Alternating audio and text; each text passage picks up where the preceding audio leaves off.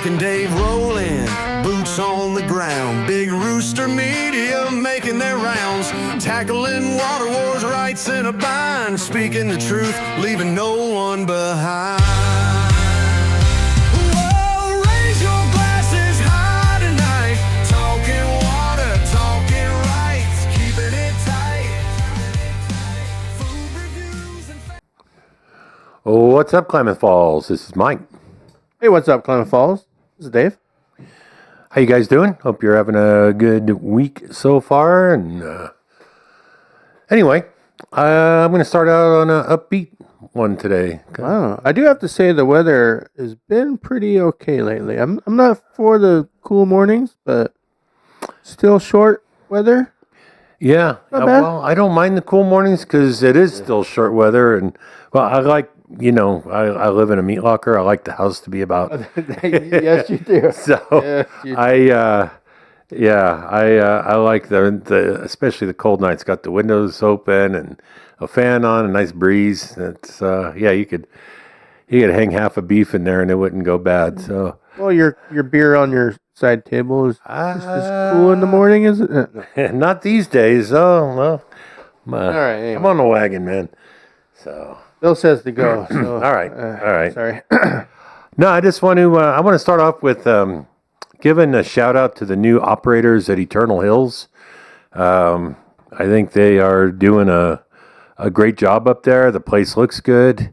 I formerly had a loved one interred up there, and when the previous owners let it just go to complete trash, I went through the difficult process of having them exhumed and relocated. So kudos to the new operators, showing some love to the folks that are there, to their loved ones, and it looks nice. So figured I'd just give a shout out where it's due. I haven't been out there in several years too. I have grandparents out there. It was sad what that place. It's disrespectful. Good. I mean, more than Oh. anything. Yeah. We'll keep it nice. All right. Sounds good. Well, and not so good news, and I guess Klamath is safe. So, all you coffee drinkers, especially from Starbucks is closing 16 stores in Oregon. So, good for us, I guess. Klamath Falls is intact. Now, your Medford area is being hit rather hard. So 3 stores in Medford, 1 in Ashland, and 1 in Grants Pass. So the immediate Starbucks area is shrinking. There's also 5 in Portland, 6 in Portland.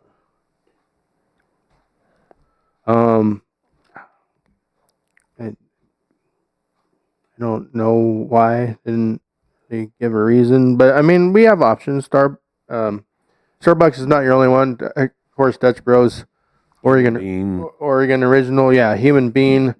I know Medford has a couple different ones. I stop at, but it's not the end of the world, and we're safe here. So Yeah.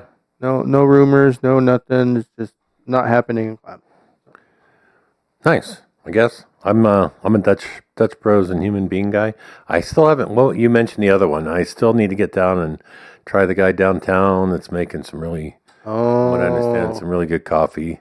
Yeah, well, your situation put us in. I was gonna go and talk to that guy. I'd like to, get him on the show. Yeah, for sure. Because that is a new Klamath business. But I like coffee. I would get him on the show. Right. I gotta give a shout out to Amy's Cafe too, because I had a latte there that was one of the best I've had anywhere. Well, that was your crack latte you talked about. It was That so got you going good, pretty man. good. That was good. Yeah. It had some octane. So, all right. Well, Back to you. unfortunately, this isn't great news. Ron Wyden. There's a lawsuit filed by the widower of Brandon O'Brien, who worked for Mr. Wyden. And reading into this, it is horrific. Allegedly, what's gone on. Sexual harassment by Ron's wife, Nancy, his kids, Um, Sexually explicit behavior through slurs at this poor guy. Biden's teen son assaulted him with vile language, slurs, assaulted him for being gay, threw objects at him, and actually threatened to rape him, again, allegedly. And then his 10-year-old daughter thought it was fun to expose herself to him, and it's just vile. And the wife supposedly was trying to restrain her son with pepper spray, but lo and behold, the pepper spray went on this poor victim, Brandon O'Brien, not on her son. And the guy ended up committing suicide. 10-year-old daughter? Yeah.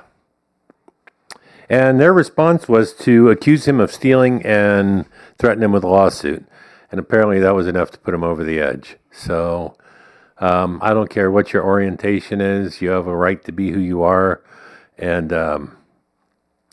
again, it's alleged. It's a lawsuit, and I'm sure a lot more is going to come out about what really went on in the Wyden household, but it does not look good at this point. And it's just shameful to treat anybody that way. So, and to drive somebody to the point of suicide is pretty pathetic. So I'll just stop there.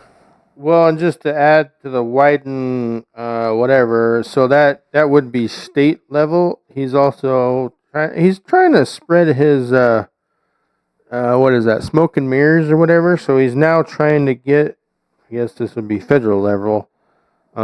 He's pressing the U.S. Treasury Secretary to release the Epstein financial files. So I think he's just playing the shell game, right. Or.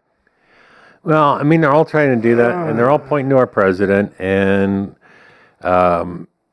what they don't realize is there are federal, not state judges like what we've had trying to stop various activities, but federal level judges that it's going to take the Supreme Court to make a change that are preventing a lot of this information from coming out. It's not the president or his staff, it's judges that are, in my opinion, activists that are doing this intentionally to make our current administration look bad.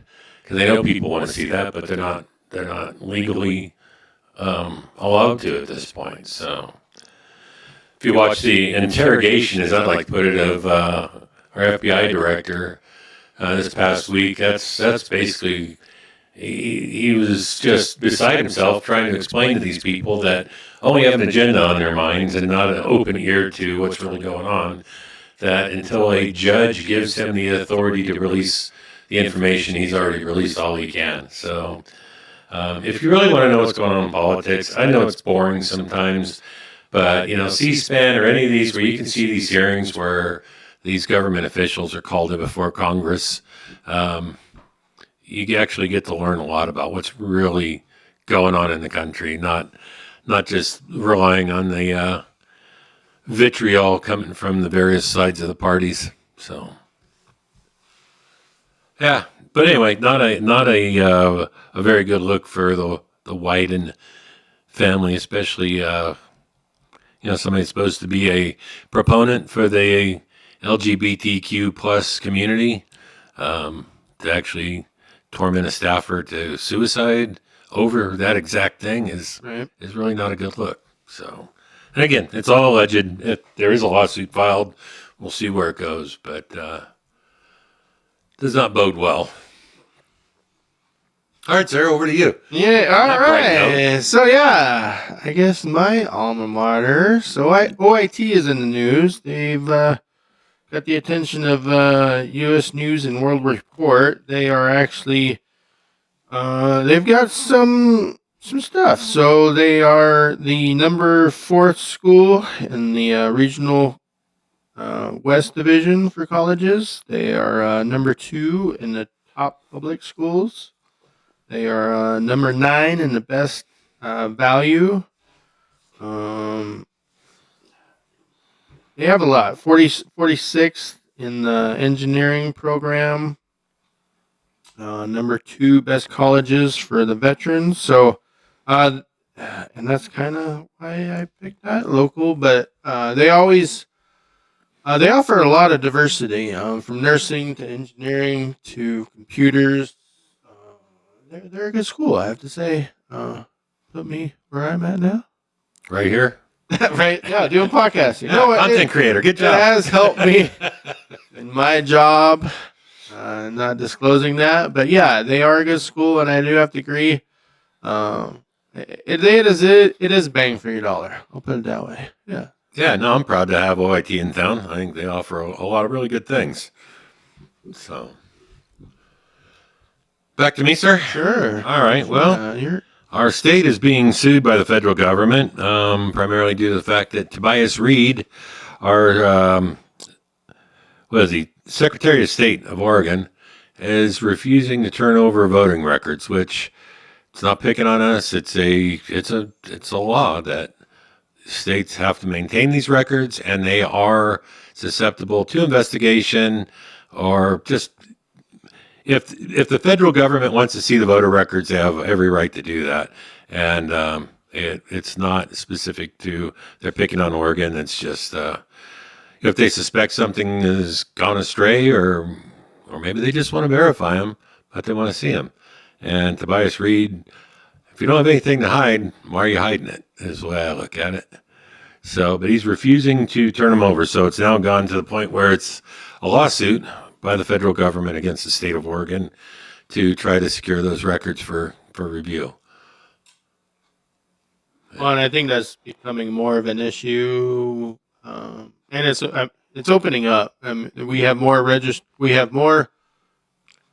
voters than we have registered voters in the state of Oregon. Like 100,000. So yeah, they're just trying to stat our populace, I guess.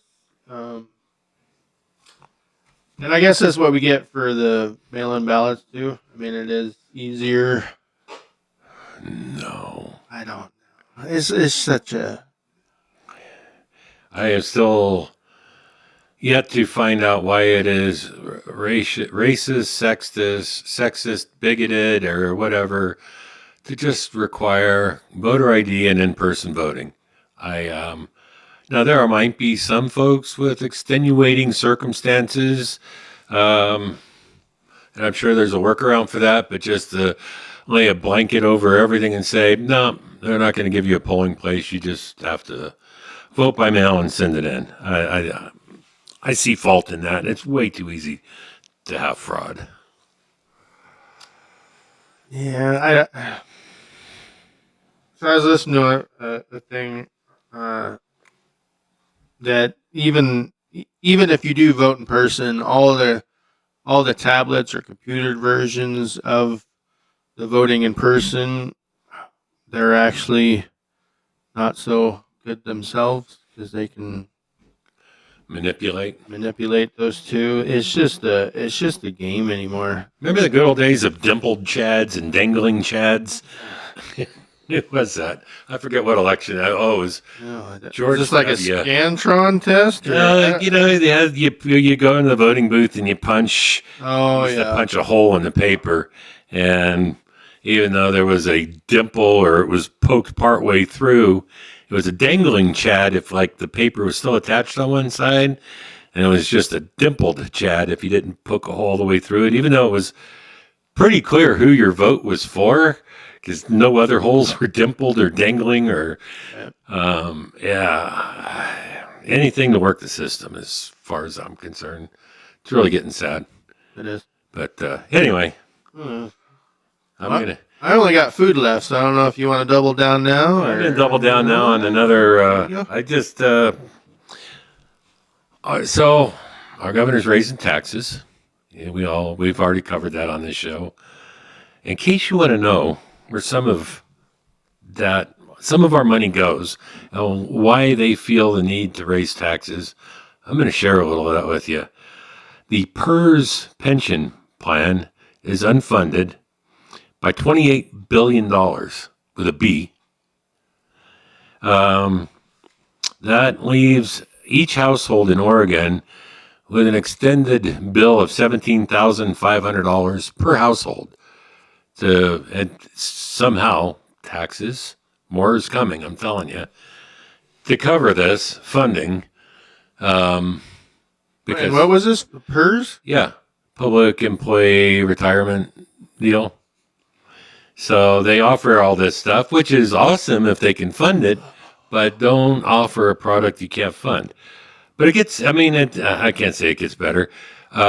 Employment department fraud, over $215 million is unaccounted for in the employment department.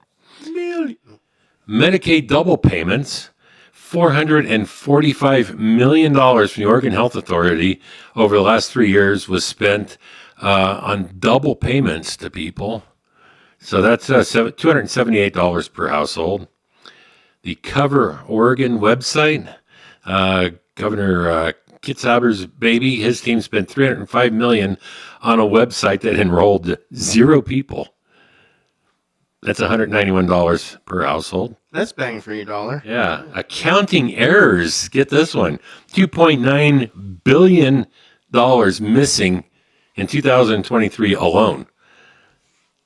1 year. $2.9 billion with a B again.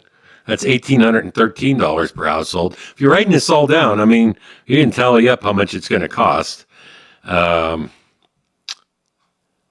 So, and then they're saying there's no funding for teachers and roads, and we need to raise gas taxes and all that.